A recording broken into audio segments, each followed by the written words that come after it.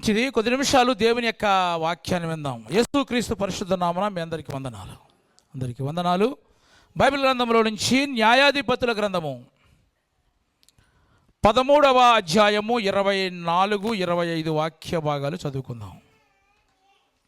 తరువాత ఆ స్త్రీ కుమారుని కని అతనికి సంసోను అను పేరు పెట్టెను. ఆ బాలుడు ఎదిగినప్పుడు యెహోవా అతనిని ఆశీర్వదించెను. మరియు యెహోవా ఆత్మ జొర్యాకును ఎష్తాయోలుకును మధ్యనున్న మహనేదానులో అతని రేపుటకు మొదలుపెట్టెను. న్యాయాధిపతుల గ్రంథము 14వ అధ్యాయము 5, 6 వాక్య భాగాలు కూడా చదువుకుందాం. అప్పుడు సంసోను తన తల్లిదండ్రులతో కూడా తిమ్నాతునకు పోయి తిమ్నాతు ద్రాక్ష తోట వరకు వచ్చినప్పుడు కొదమ సింహము అతని ఎదుటకి బొబ్బరించుచు వచ్చెను. యెహోవా ఆత్మ అతనిని ప్రేరేపింపగా, జాగ్రత్తగా అతనిని యెహోవా ఆత్మ అతనిని ప్రేరేపింపగా అతని చేతిలో ఏమీ లేకపోయినను ఒకడు మేక పిల్లను చీల్చినట్టు దానిని చీల్చివేసి. ప్రేమ కలిగిన తండ్రి పరిశుద్ధుడా, నీకు వందనాలు. నీ సన్నిధి మాతో ఉంచారు, అందును బట్టి నీకు వందనాలు చెల్లిస్తున్నాం. కూడి వచ్చిన ప్రతి ఒక్కరిని కూడా ఆత్మ స్వాధీనంలో ఉంచుకోమని ప్రార్థిస్తున్నాం. చిన్న బిడ్డలను కూడా నీ స్వాధీనంలో ఉంచుకోండి. ఈ సమయంలోనైనా చదవబడిన వాక్య భాగం ద్వారా మాతో మీరు మాట్లాడండి. నాకు కూడా నీకు ఆత్మాభిషేకము దయచేయమని యేసుక్రీస్తు నామమున ప్రార్థించి స్తుతించి అడిగి వేడుకొనుచున్నాము తండ్రి, ఆమేన్. ప్రియమైన దేవుని బిడ్డలారా, ఈ చదవబడిన వాక్య భాగాన్ని మనం జాగ్రత్తగా గమనిస్తే గనక ఇక్కడంట ఈ 2 వాక్య భాగాలు మనం చదువుకున్నాం. ఇక్కడ సంసోనును దేవుని యొక్క ఆత్మ ప్రేరేపిస్తుందంట. దేవుని యొక్క ఆత్మ ఎప్పుడైనా ప్రేరేపించింది? రెండో,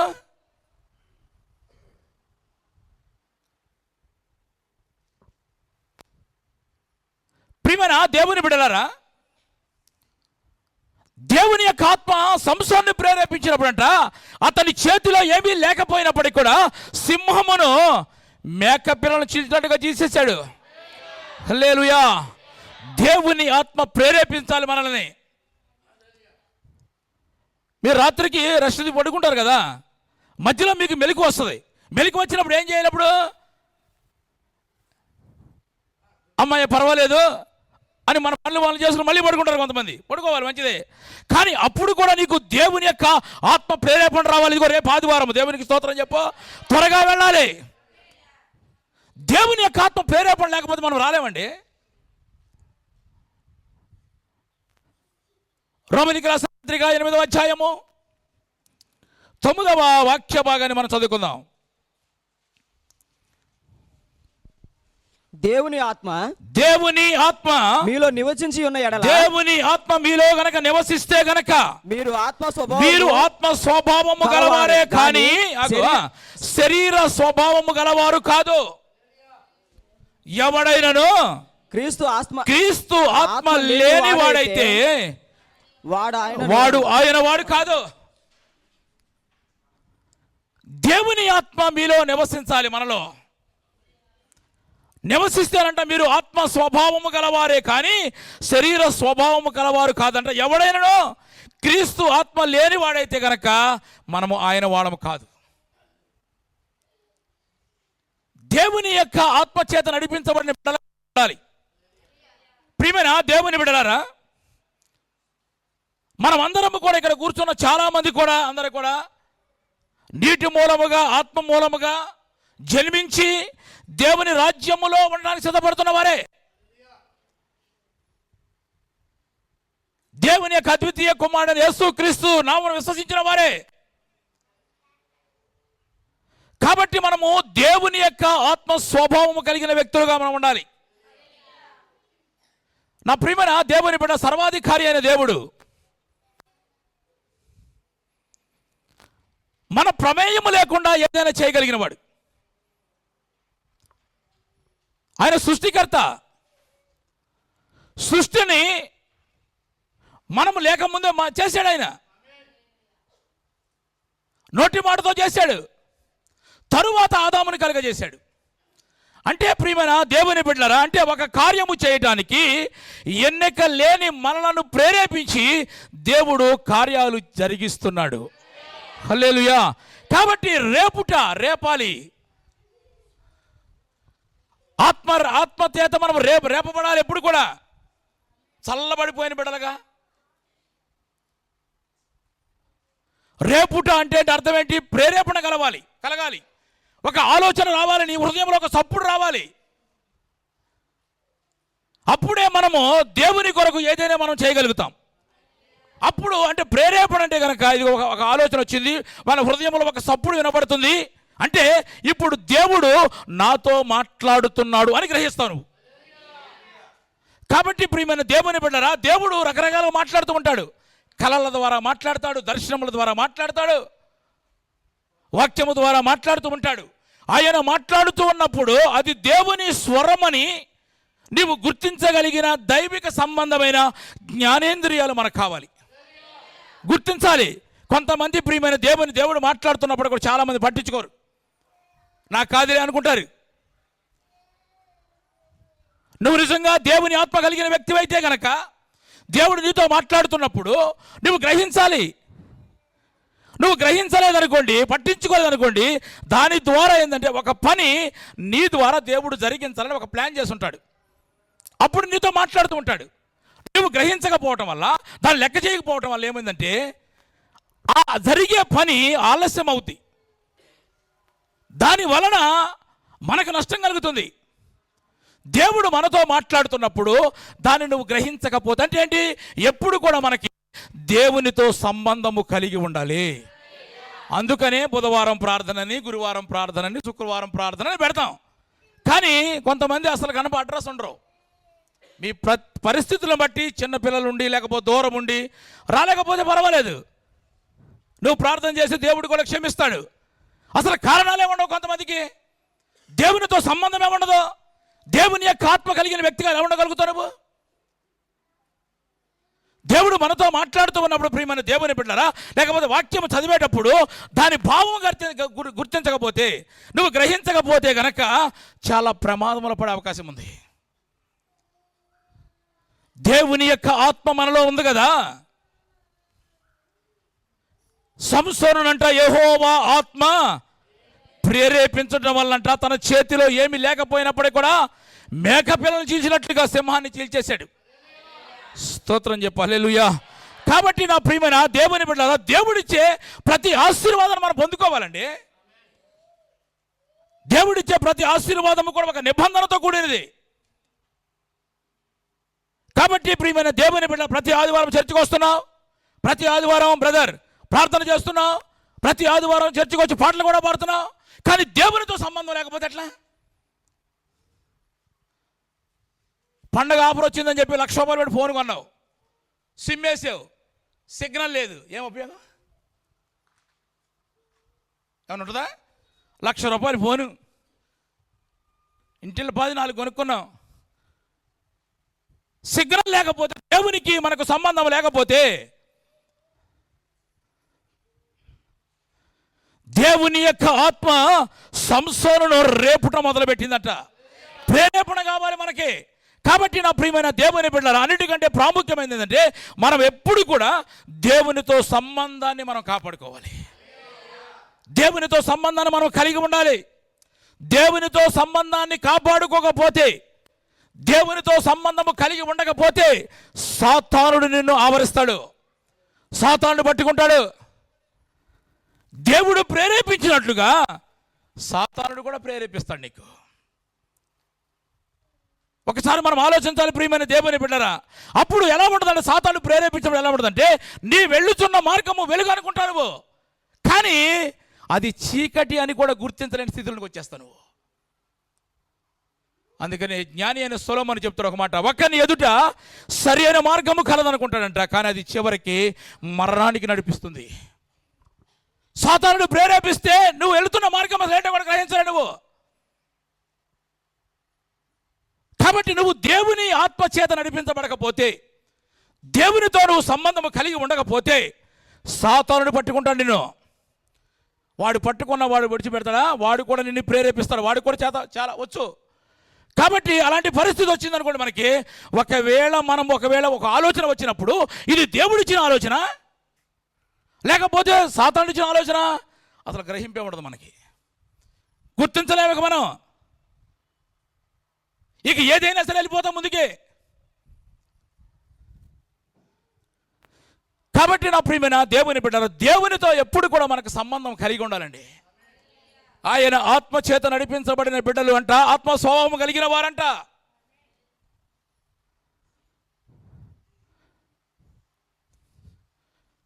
ఇక్కడ మేము పరిచర్య ప్రారంభించిన కొత్తలో అక్కడ చిన్న చిన్న ప్రార్థనలు జరుగుతూ ఉండేవి, ఇలాగే గృహ కూడుకులు జరుగుతూ ఉండేవి. ఒక కుటుంబము అక్కడికి వచ్చేది. ఒక రోజున వాక్యం చెప్పినప్పుడు మత్తయి సువార్త 6వ అధ్యాయం 6వ వాక్య భాగాన్ని చదివి ఒక మాట చెప్పాము ఆమెకి.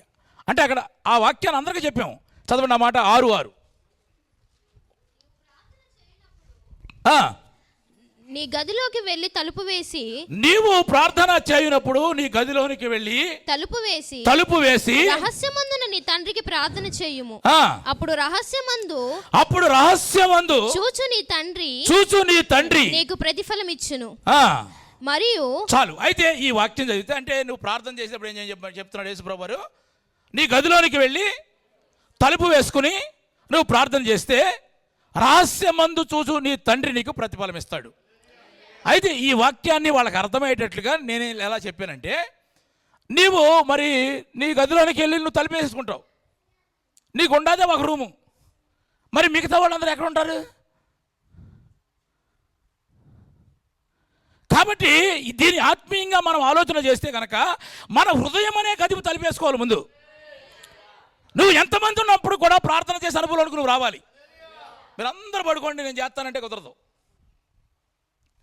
నీ హృదయం అనే గదిపు తలిపేసుకోవాలి అని చెప్తే ఆమె తర్వాత నుంచి ఒక ప్రార్థనకు రావట్లేదు, కనపడలా. అయితే ఒక రోజున అడిగే సిస్టర్ని, ఏమ్మా ఏంటి రావట్లేదంటే ఆమె అంటుంది, మీరే చెప్పారు కదా. అంటే ఇక ప్రార్థన చేయడానికి మనము చర్చికి రాకపోయినా పర్వాలేదు, ఇంట్లో చేసుకుంటే సరిపోద్ది అని అర్థం చేసుకుందామే. అంటే దేవుడు అలా చెప్తాడా? మీరు ప్రార్థన రాకపోయినా పర్వాలేదు, మీరు ఇంట్లో ఉండి ప్రార్థన చేసుకోండి అని ఎప్పుడైనా దేవుడు చెప్తాడా? చెప్పాలి మీరు. అంటే అలా నువ్వు ఆలోచన చేస్తున్న అర్థం ఏంటి? అది ఎవరి ప్రేరేపణ? అది సాతాను ప్రేరేపణ. ఇప్పుడు నువ్వు అసలు ఏ మార్గంలో వెళుతున్నావు నీకు అర్థం కాదేక. నా హృదయం అనే గది తలిపేసుకున్నాను, ఇంట్లోనే ప్రార్థన చేసుకుంటుంటుంది. కానీ దేవుని వాక్యం ఏమి సెలవిస్తుంది? హెబ్రీయులకు రాసిన పత్రిక 10వ అధ్యాయం 24వ వాక్య భాగాన్ని చదువుకుందాం. 10:24. కొందరు మానుకొనుచున్నట్లుగా సమాజముగా కూడుట మానక. కొందరు మానివేస్తారు. ఇలాంటి అన్ని కూడా సాతానుడు ప్రేరేపించినప్పుడు సాతాను యొక్క ఆలోచన ప్రకారంగా దేవుడు ఏం చెప్తున్నాడో కూడా గుర్తించకుండా, వాక్యమును గుర్తించకుండా, వాక్య భావాన్ని గుర్తించకుండా, ఏ సందర్భంలో దేవుడు ఎందుకు ఎవరి కొరకు ఎలా మాట్లాడుతున్నా అది గ్రహించకపోతే కొంతమంది మానేసేవాళ్ళు ఉంటారు. నువ్వు వాళ్ళ లిస్టులో లేవు కదా.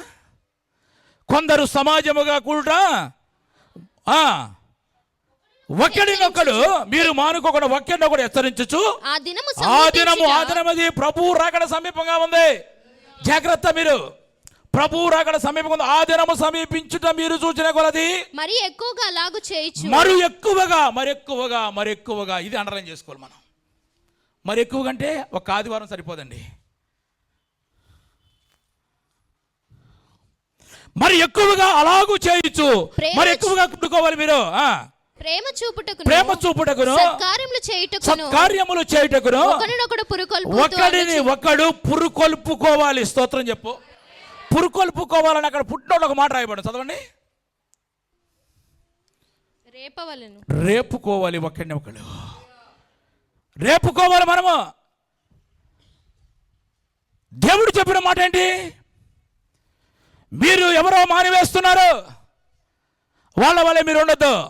ఆ దినం సమీపంగా ఉంది కాబట్టి మీరందరూ కూడా ఏం చేయాలంటే కనుక ఒకరిని ఒకరు మీరు హెచ్చరించుకోవాలి, ఒకరిని ఒకరు రేపుకోవాలి. ఇక్కడ ఈ మాట చెప్పాడు. ఇంకో మాట మత్తయి సువార్త 24వ అధ్యాయంలో చూస్తే కనుక 24వ అధ్యాయం 42వ వాక్య భాగం చదవండి.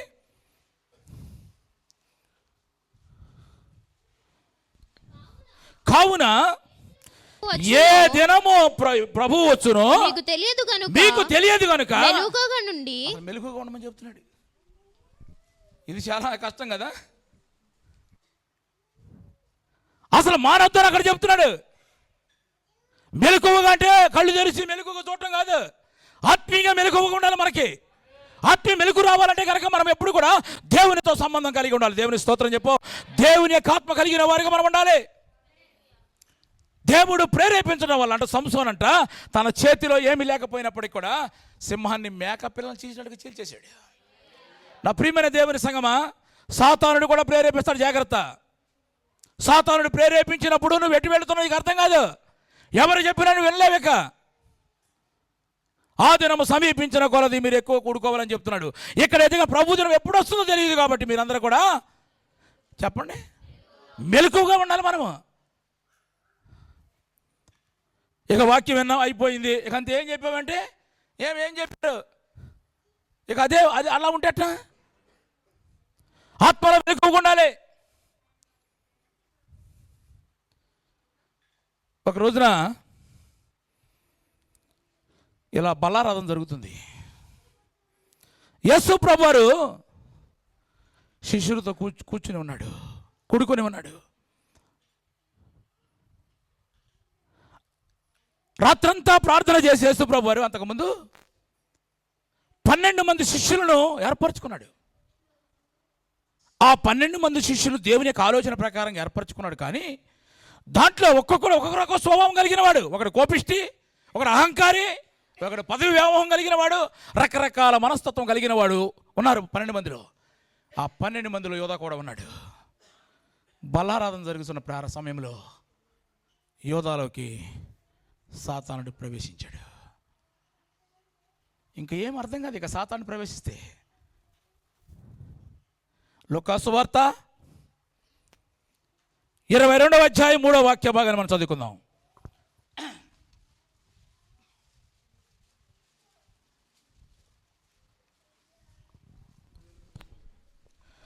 అంతటా 12 మంది శిశువుల సంఖ్యలో చేరిన ఇస్కరియోతు అనబడిన యూదాలో సాతాను ప్రవేశించాడు. ఇంకంతే. ఎవ్వడి మాట కూడా వినరిక. సాతాను ప్రవేశిస్తే దేవుడు ప్రేరేపణ కలిగితే కనుక అది వేరే ఉంటుంది. నేను రక్షణ పొందాలి, బాప్తిసం తీసుకోవాలి, పళ్ళ పాలు పొందాలి అని ఉంటుంది. ఇక్కడ సాతానుడు ప్రేరేపించాడు. యేసు ప్రభువు మాట్లాడుతున్నాడు, ఇది నా శరీరము, ఇది మీ కొరకు నల్లగొట్టబడుతుంది, ఇది ముక్కలు అయిపోతుంది అని యేసు ప్రభువు వేదనతో మాట్లాడుతున్నాడు. కానీ ఒక్క మాట కూడా పట్టించుకుంటా, ఒక్క మాట కూడా తన హృదయంలోకి వెళ్ళట్లేదు. ఎందుకని? అప్పటికే సాతాను పట్టుకున్నాడు. ఇక ఏ వాక్యం చెప్పినా వాళ్ళకి ఎక్కదిక.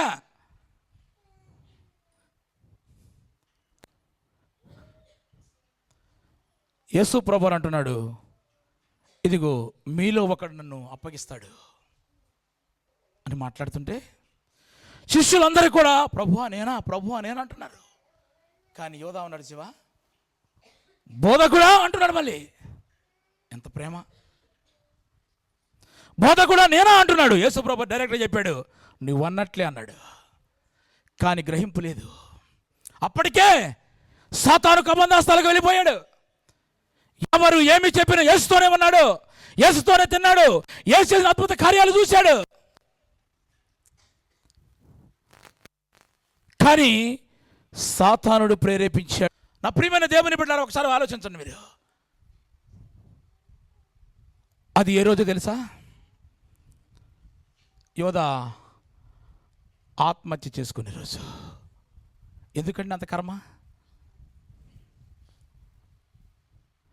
దేవుడు ప్రేరేపిస్తే దేవుని మాట వింటే ఎంత బాగుంటుంది. గత వారంలో కూడా మనం జ్ఞాపకం చేసుకున్న యోధాని. యోధా యేసు ప్రభువును అప్పగించిన తరువాత అధికారుల దగ్గరికి ప్రధాన దగ్గరికి వెళ్లకుండా యేసు ప్రభు దగ్గరికి వచ్చి క్షమించమని అడిగితే కనుక క్షమించేసేవాడే.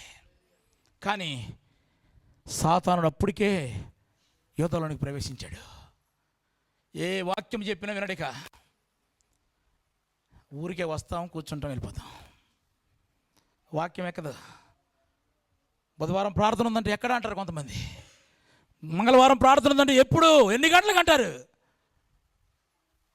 ఏమన్నా ఏమన్నా 12 గంటలకి మధ్యాహ్నం పూట వస్తున్నావు ఎప్పుడన్నా?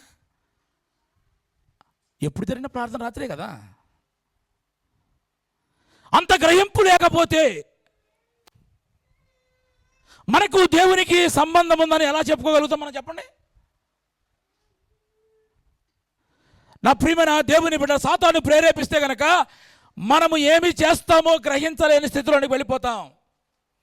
దేవుని యొక్క ఆత్మ ప్రేరేపిస్తే గనక నీవు ఏమి చేయాలో, ఏమి చేయగలవో దేవుడు నేర్పిస్తాడు. చప్పటి కొట్టి దేవుని స్తోత్రం చెప్పు. హల్లెలూయా. నీవు తీసుకున్న నిర్ణయాలన్నీ కూడా దేవుడిచ్చి అనుకుంటావు. నువ్వు నిన్ను దాటి బల్ల వెళ్తుంది. నీకు బాధ లేదా? నీ తీర్మానాలని గట్టిమే పెట్టి, అది వాక్యానుసారమా? ఎన్ని వాక్యములు ఉన్నప్పటికీ కూడా మనం ఏదో తీర్మానం చేసుకుని బల్ల దాటి వెళ్ళిపోతుంటే మనకు బాధ అనిపిదా?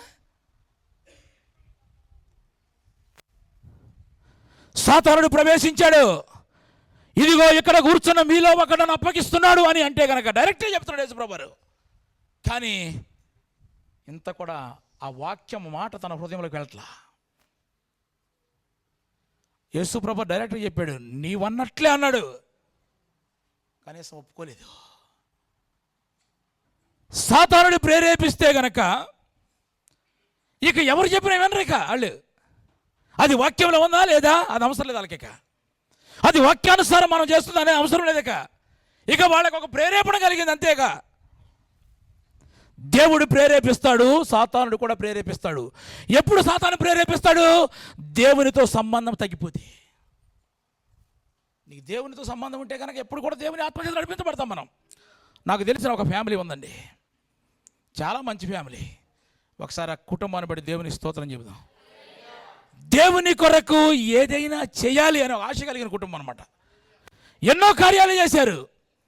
ఇప్పుడు కూడా ఈ సంవత్సరంలో కూడా నేను దేవుని కొరకు కార్యం చేయాలనుకున్నారు. భార్యాభర్త ఇద్దరు కూడా కూర్చున్నారు, ఆలోచన చేస్తున్నారు. అంతలో ఒక ఆలోచన వచ్చింది. వాళ్ళకి 1 ఎకరం పొలం ఉంది. అమ్మేసి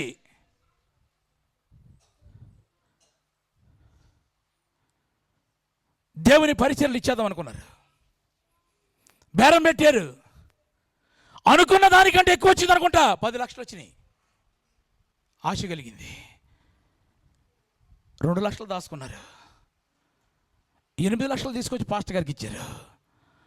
అప్పుడు పాస్టర్ గారు అంటున్న మాట చదువుదాం. అపోస్తల కార్యములు 5వ అధ్యాయము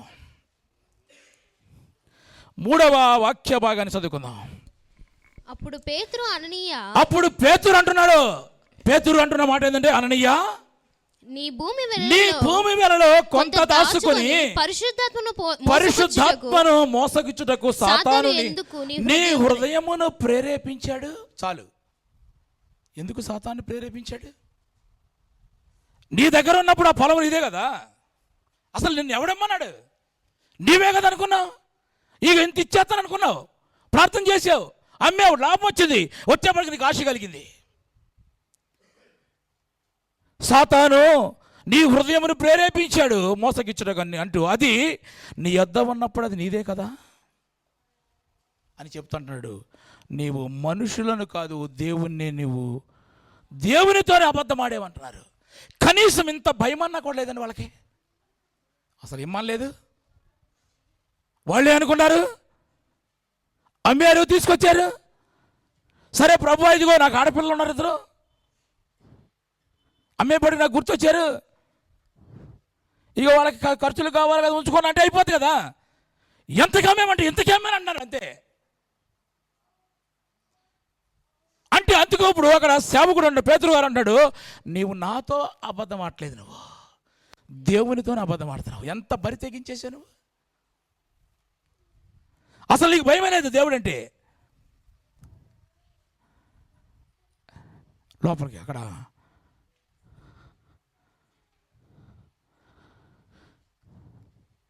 అననీయ చనిపోయాడు, భార్య వచ్చింది, భార్యను అడుగుతున్నాడు ఎంతకు అమ్మారా అంటే ఆమె కూడా అసలు ఎంత పర్ఫెక్ట్గా చెప్తుంది, అందుకే అమ్మాం. ఇద్దరు కూడా చనిపోయారు. సమర్పణ కలిగిన కుటుంబము, దేవుని కొరకు బ్రతికిన కుటుంబము, దేవుని కొరకు కార్యాలు చేసిన కుటుంబము. ఎందుకు ఆ పరిస్థితి వచ్చిందంటే కనుక ప్రియమైన దేవుని బిడ్డలారా, సాతాను ప్రేరేపించాడు, అలాగే వెళ్ళిపోయారు ముందు కాళ్ళకి.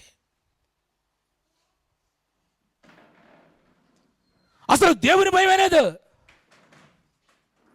నా ప్రియమైన దేవుని బిడ్డలు, ఒకవేళ దేవుడే ప్రేరేపిస్తే కనుక వాళ్ళు అలా మాట్లాడతారా, అలా చేస్తారా? దేవుడు ప్రేరేపించినప్పుడు ఏంటో వాళ్ళు అమ్మి ఇవ్వాలనుకున్నారు. అమ్మిన తర్వాత యోధాలోనికి వచ్చినట్లుగా సాతానుడు వీళ్ళలోకి వచ్చాడు, మనలోకి.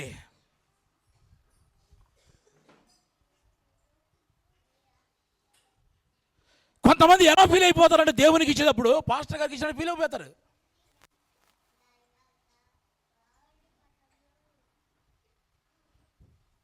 నీకు నాకు ఎటువంటి ఆర్థిక సంబంధమైన లావాదేవీలు ఎప్పుడు లేవు, మనకి ఉన్నాయా? లేవు. నువ్వు ఏది చేసినా దేవుని కొరకు చేయాలి. అది దేవుని యొక్క ఆత్మచేత నడిపించబడే వాళ్ళు చేసే కార్యం అది.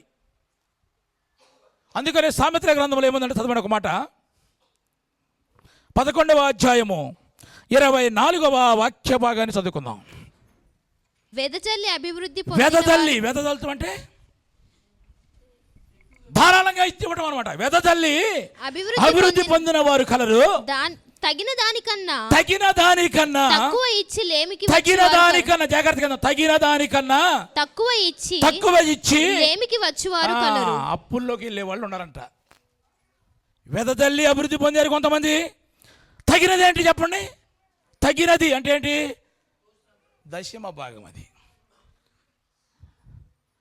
ఎప్పుడైనా సరే నువ్వు ఆ తగిన దాన్ని దేవుని కొరకు, ఇది దేవుని సేవలో ఉపయోగపడుతుందని నువ్వు ధారాళంగా తీసుకొచ్చి నీకు దేవుడు ఎంత ఇస్తే అంత ఇచ్చావా? అడగవలసిన అవసరం నాకు లేదు. ఎందుకని? నాకు మీరు అప్పులేరు. ఒక వ్యక్తి అట్లాగే అప్పుడప్పుడు ఎప్పుడో గుర్తొచ్చినప్పుడు దేవునికి దశమ భాగం ఇస్తూ ఉండేవాడు అనమాట. ఒక రోజున పాస్టర్ గారి దగ్గరికి వచ్చి అంటున్నానంట, పాస్టర్ గారు నేను మీకు దశమ భాగం ఇవ్వట్లేదని మీరు ఏమన్నా బాధపడుతున్నారా అన్నానంట. అంటే ఏంటి ఆయన ఉద్దేశం? ఏంటి? ఆ దశమ భాగం ఈయనకి ఇస్తున్నానని ఆయన ఉద్దేశం. నాకేం బాధ? లేదులే, నాకు దేవుడు ఒక మాట చెప్పాడు అన్నాడంట. ఏం చెప్పాడు అన్నాడంట, నువ్వు దశమ భాగం నువ్వు అవసరం లేదు, మీ ఇంటికి నీకు తెలిసిన పాస్టర్లు వస్తూ ఉంటారు కదా, ఆ దశమ భాగంలో తీసి వాళ్ళకి ఇస్తూ ఉండని చెప్పాడంట. అసలు దేవుడు ఏం చెప్పాడనే మాట మనకు తెలవాలి, అంతే కదా? మలాకీ గ్రంథము 3వ అధ్యాయము 10వ వాక్య భాగాన్ని చదువుకుందాం.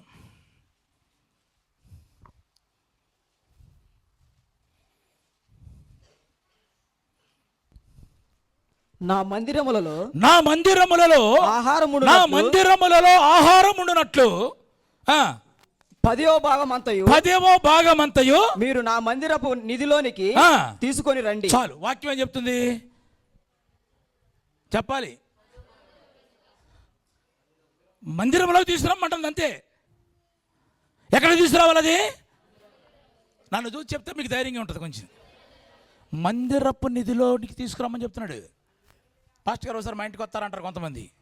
వస్తే అక్కడ తీస్తారనమాట దశమ భాగం. ఇంటికి వస్తే ఇచ్చే దశమ భాగం కాదు, అర్థమైందా? నీ దశమ భాగాలు ఇంటికి అడగవద్దు. ఇస్తేవు లేకపోతే లేదు, ఇస్తే నీకు ఆశీర్వాదము. నీ సమస్య, నీ బాధ అంతా దేవునికి తెలుసు. నువ్వు ఇవ్వలేవనే సంగతి కూడా దేవునికి తెలుసు. కానీ వాక్యాన్ని గ్రహిస్తే స్తోత్రం చెప్పు, అప్పుడు ఇవ్వగలుగుతావు. ఇక వాక్యాన్ని గ్రహించకపోతే, సాతానుడు నిన్ను ప్రేరేపిస్తే నీ మనసులో ఎంత ఎలా ఉంటుంది అనుకుంటావు? ఇది ఆయనలాగా అడుగుతావు, నీకు ఇవ్వట్లేదు అని బాధపడుతున్నావా? నాకేం బాధ? వచ్చేది నష్టపోయేది నువ్వు. ఇస్తే నువ్వు దీవించబడతావని కింద చెప్తున్నాడు, అక్కడ ఆశీర్వదించబడతావని చెప్తున్నాడు. అందుకని యోహాను మొదటి పత్రికలో ఒక మాట చెప్తున్నాడు, చదవండి. 4వ అధ్యాయం మొదటి వాక్య భాగాన్ని చదువుకుందాం.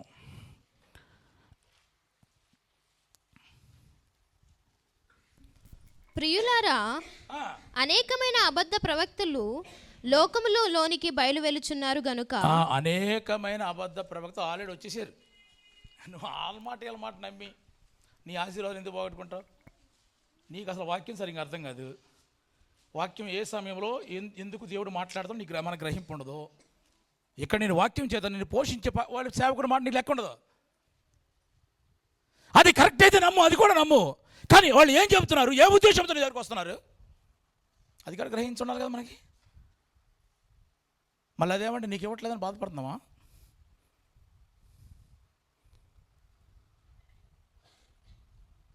తగినది ఏంటో మనం గుర్తించాలి.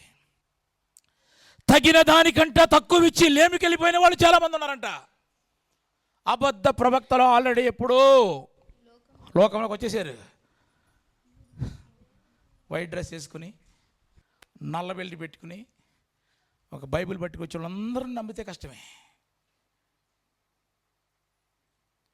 వాక్యం ఏం చెప్తుంది అనేది నీకు తెలియకపోతే ఇన్ని సంవత్సరాలు మట్టి కూడా వాక్యాన్ని గ్రహించలేకపోతే నీ పరిస్థితి ఏంటో దేవునికి తెలుసు. కానీ ఎందుకు మరలా చెప్తున్నాడు? నువ్వు కనీసం వాక్యాన్ని గ్రహించి నువ్వు ఆశీర్వదించబడతావని. అంతే. సాతాను ప్రేరేపించాడు యోధాను, ఊరేసుకు చనిపోయాడు. సాతాను ప్రేరేపించాడు అననీయ సఫీరాలను, ఇద్దరు కూడా ఒకరి తర్వాత ఒకరు చనిపోయారు. ఇప్పుడు కూడా మనం అలా చేయకపోతే చచ్చిపోతామంటే మనం ఎవరు ఉండలేం. నువ్వు అలా చనిపోం మనం, కానీ ఆత్మీయంగా మనము చనిపోయిన వారమే, బ్రతికే ఉంటాం. నీవు జీవించుచున్నావనే పేరు మాత్రమే, కానీ మృతుడవే. బ్రతికే ఉంటాము కానీ చచ్చిపోయిన శవం ఊర్లో తిరిగినట్టు ఉంటుంది. దేవుని స్తోత్రం. కాబట్టి మనము దేవుని యొక్క ఆత్మ ప్రేరేపణ చేత నడిపించబడాలి. అందరూ చెప్తే బాగుండేది. మరి సాతాను యొక్క ఆత్మ ప్రేరేపణ చేత నడిపించబడాలని చెప్తారా?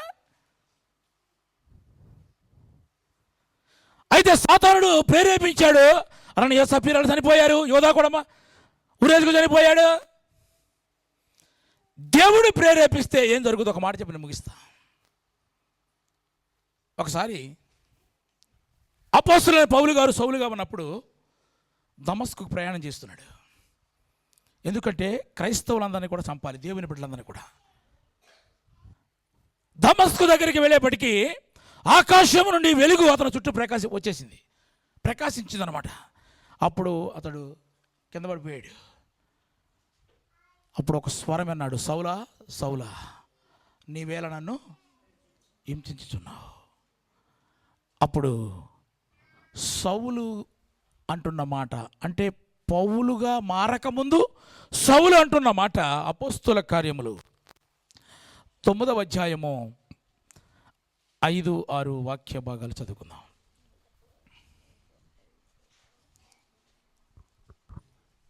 ప్రభువా నీవెవడవని అతడు అడుగగా ఆయన అంటున్న మాట ఏంటంటే, నీవు హింసించుచున్న యేసును. ఆమేన్. నేను ఎవడో తెలియదు నీకు, ఎవరు మాట్లాడుతున్నారో కూడా తెలియని పరిస్థితిలో ఉన్నాడు సౌలు. నేను ఎవరు అనుకుంటున్నావు? నువ్వు ఎవరినైతే హింసిస్తున్నావో ఆ యేసుని అంటున్నాడు అని చెప్పి లేచి పట్టణంలోనికి వెళ్ళావు. అక్కడ నీవు ఏమి చేయవలెనో అది నీకు అక్కడ తెలపబడుతుంది. ఆమేన్. హల్లెలూయా. అదేంటి నన్నంటే ఇక్కడ మధ్యలో పడేసావు, మరి పట్టణంలోకి వెళ్ళమంటున్నావు. వెంటనే సౌలు ఆ దేవుని మాటకు ఆయన ప్రేరేపించినప్పుడు వెంటనే లోబడ్డాడు. పట్టణంలోనికి వెళ్ళాడు. వెళ్ళేప్పటికీ అక్కడ దైవజనుడు ఆల్రెడీ సిద్ధపరిచాడు. అక్కడ దేవుడు దైవజనుడు ప్రార్థన చేసి అంటున్నాడు, ఇక నీవు ఇక తడుపు చేయడం ఎందుకు, నువ్వు లేచి ఆయన నామమును బట్టి ప్రార్థన చేసి బాప్తిసం పొంది నీ పాపాలు కడుక్కో అని చెప్పగానే అతడు బాప్తిసం పొందాడు. దేవుని కొరకు ఒక సాధనంగా వాడబడ్డాడు. దేవుడు ప్రేరేపించినప్పుడు, దేవుడు నీతో మాట్లాడినప్పుడు నీవు కొంతమంది ఒకవేళ రక్షణ పొందాలి అంటే బాప్తిసం తీసుకోవాలనుకున్నప్పటికీ కూడా కొంతమంది అరే మొన్నదాకా నేను ఎట్టున్నాను కదా, ఇప్పుడే తీసేసుకుంటే అందరూ ఏమనుకుంటారు. మరి నీకంటే డేంజర్ క్యాండిడేట్ ఎవరు? సౌలు. ఆయన అనుకోవాలట దేవుడు నాతో మాట్లాడుతున్నాడు. దేవునికి స్తోత్రం చెప్పు. దేవుడు ప్రేరేపించాడు. వెంటనే నువ్వు లేచి పట్టణంకి వెళ్ళమని కానీ అక్కడికి వెళ్ళాడు. ఆల్రెడీ ముందుగానే అక్కడికి దేవుడు చెప్పేశాడు. అక్కడ అననీయతో మాట్లాడాడు. ఇగో ఒక వ్యక్తి వస్తున్నాడు.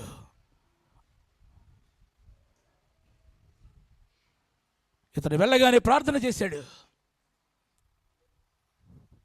ఇంకా ఆలస్యం చేస్తావు ఎందుకు? నువ్వు నీ పాపాలు ఒప్పుకో, బాప్తిసం తీసుకో అనగానే వెంటనే పాపక్షమాపణ పొంది బాప్తిసం తీసుకున్నాడు. ఆ మనుషులు ఏమనుకున్నా పర్వాలేదండి, దేవుడు ప్రేరేపిస్తే స్తోత్రం చెప్పు. అది నువ్వు గనక చేయగలిగితే దేవుడు ఒక నూతనమైన జీవితాన్ని ఇస్తాడు. గట్టిగా చెప్పు హల్లెలూయా.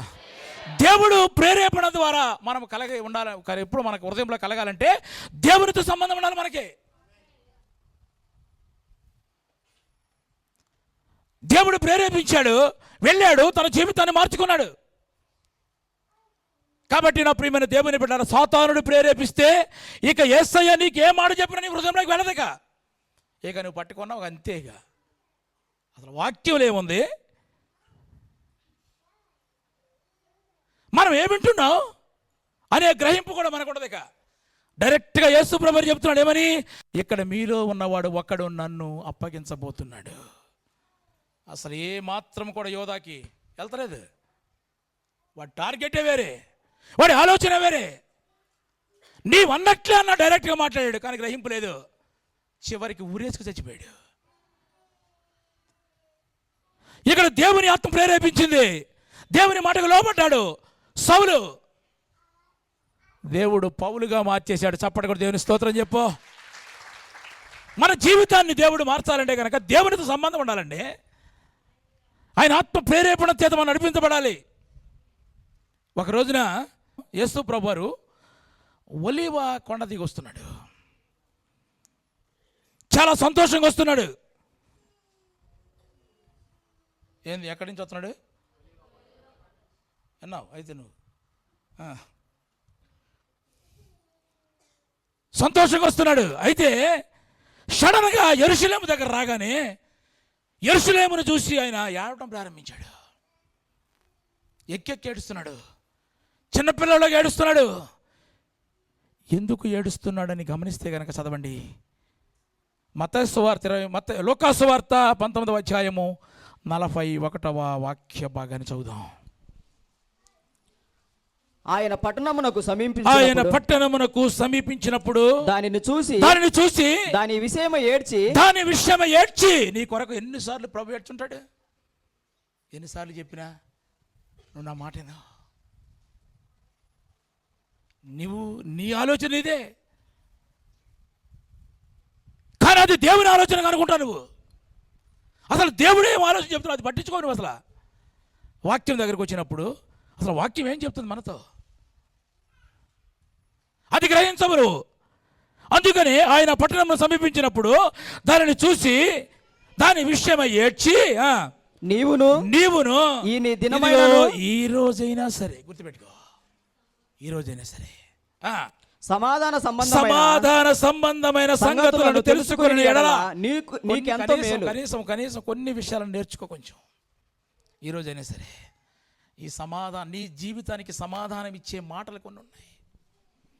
ఆ సంగతులను నీవు గ్రహించు, తెలుసుకుని ఎడల నీకు ఎంతో మేలంట. కానీ ఇప్పుడు అవి నీ కన్నులకు మరుగు చేయబడి ఉన్నవి. వినే ఉద్దేశమే లేదు, నీకు లేదు. నువ్వు పట్టుకున్న కుందేలికి 3 కాళ్ళు అంతే. ఇక నువ్వు ఏది వినవు. నువ్వు ఇప్పుడు వినే అసలు ఆలోచన నీకు లేదు అని చెప్తూ,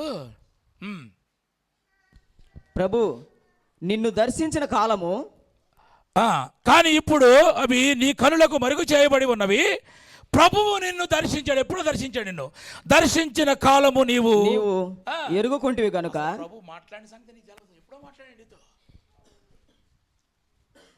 నేను రక్షించబడిన సంఘంలో ఒక సాక్ష్యం విన్నాను అన్నమాట. ఇలా పాస్టర్ గారు వాక్యం చెప్తున్నాడంట. మధ్యలో ఒక వ్యక్తి లేచి నిలబడ్డాడు. ఏంటి అందరూ కూర్చుని వాక్యం అన్నా లేచి నిలబడ్డాం ఏంటంటే, నేను బాప్తిసం తీసుకుంటానంట. చెప్తే బాగుండేది కదా. దేవుడు మాట్లాడాడు. ఎప్పుడు జనవరి 1 దాకా ఆగట్లే ఆయన. దేవుని ప్రేరేపణది.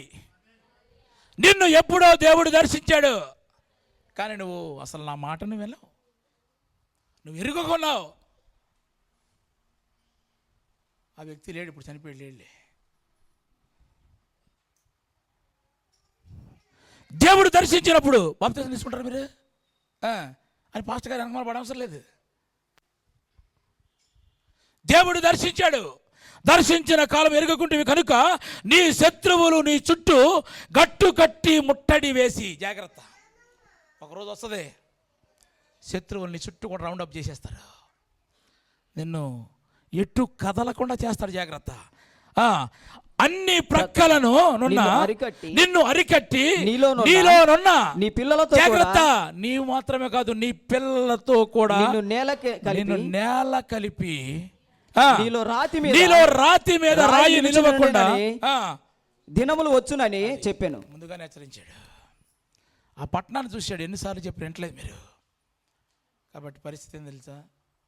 మీ పిల్లలు కూడా బ్రతకని రోజులు వస్తున్నాయి.